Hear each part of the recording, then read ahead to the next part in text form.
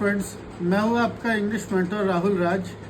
कल मैंने आपको एक टॉपिक के बारे में पढ़ाया था कि the 5 basic components of grammar in English language. अंग्रेजी व्याकरण की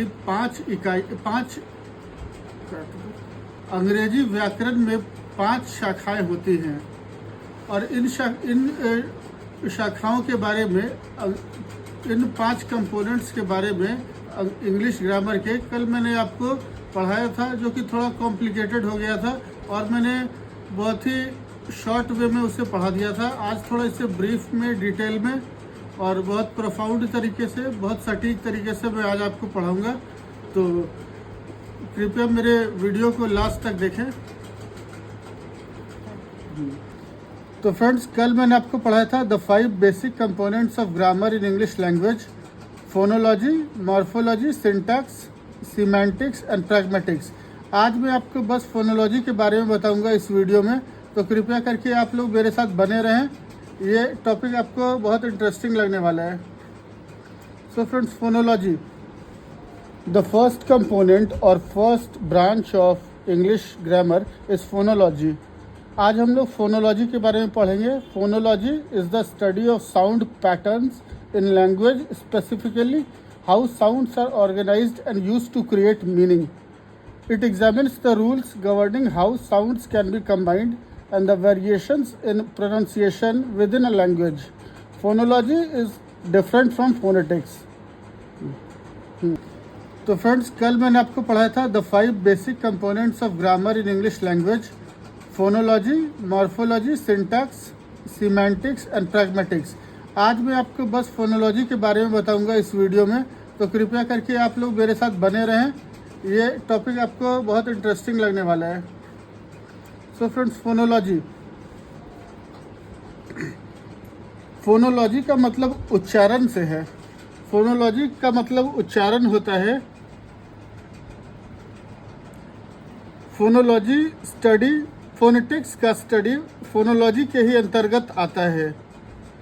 फोनोलॉजी को हिंदी व्याकरण में ध्वनि विज्ञान कहते हैं और 5 कंपोनेंट्स जो इंग्लिश ग्रामर के हैं उनको हिंदी में व्याकरण की 5 इकाइयाँ कहा गया है या व्याकरण की 5 शाखाएं कहा गया है।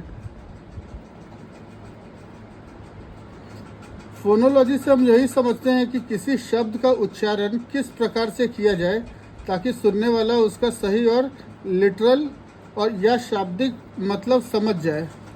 फोनोलॉजी व्याकरण की वह शाखा है जिसमें सिंबल्स के माध्यम से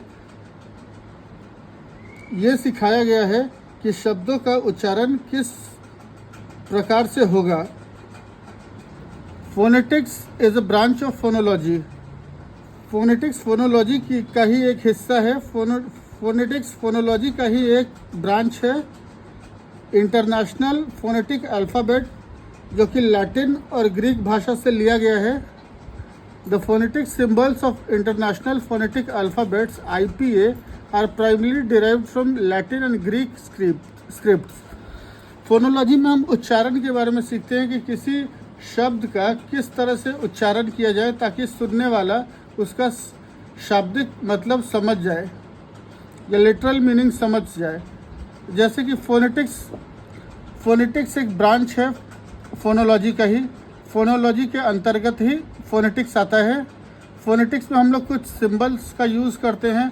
किसी शब्द को किस तरह से प्रोनाउंस करें, उस सिंबल में ही छुपा रहता है कि शब्द का उच्चारण या प्रोनाउंसिएशन किस प्रकार से होगा। जैसे इंग्लिश में फॉर एग्जांपल हम लोग देखेंगे बस, BUS, बस को BAS बस पढ़ते हैं। ये फोनेटिक्स का सिंबल है जो कि ग्रीक और लैटिन अल्फ़ाबेट से लिया गया है। उसी तरह PUSH पुश को PUS पुश पढ़ते हैं, लेकिन BUS बस को BAS बस पढ़ते हैं। हैट को HAT हैट को HAIT हैट पढ़ते हैं।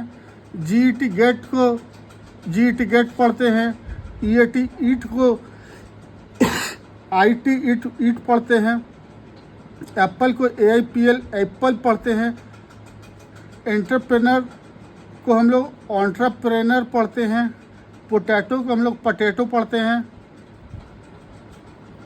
गो को GO, गो को गौ अमेरिकन एक्सेंट में, अमेरिकन लैंग्वेज में गो को गौ, GOU, इसका प्रोनाउंसिएशन इस तरह से होता है, GOU, उस में साउंड निकलता है इस वर्ड में। TO2 को TU2 पढ़ते हैं। नियर को NIR, निर पढ़ते हैं, नियर, कब नियमी। देयर को हम लोग DEA, देयर पढ़ते हैं, देयर, गो देयर, इस तरह से। तो phonetics is a branch of phonology जो कि रिलेटेड है शब्दों के प्रोनाउंसिएशन से, उच्चारण से। फोनेटिक्स हमें यही बताता है कि किस शब्द का उच्चारण किस प्रकार से होना चाहिए ताकि सामने वाला उसका शाब्दिक या लिटरल मतलब समझ सके या समझ जाए। तो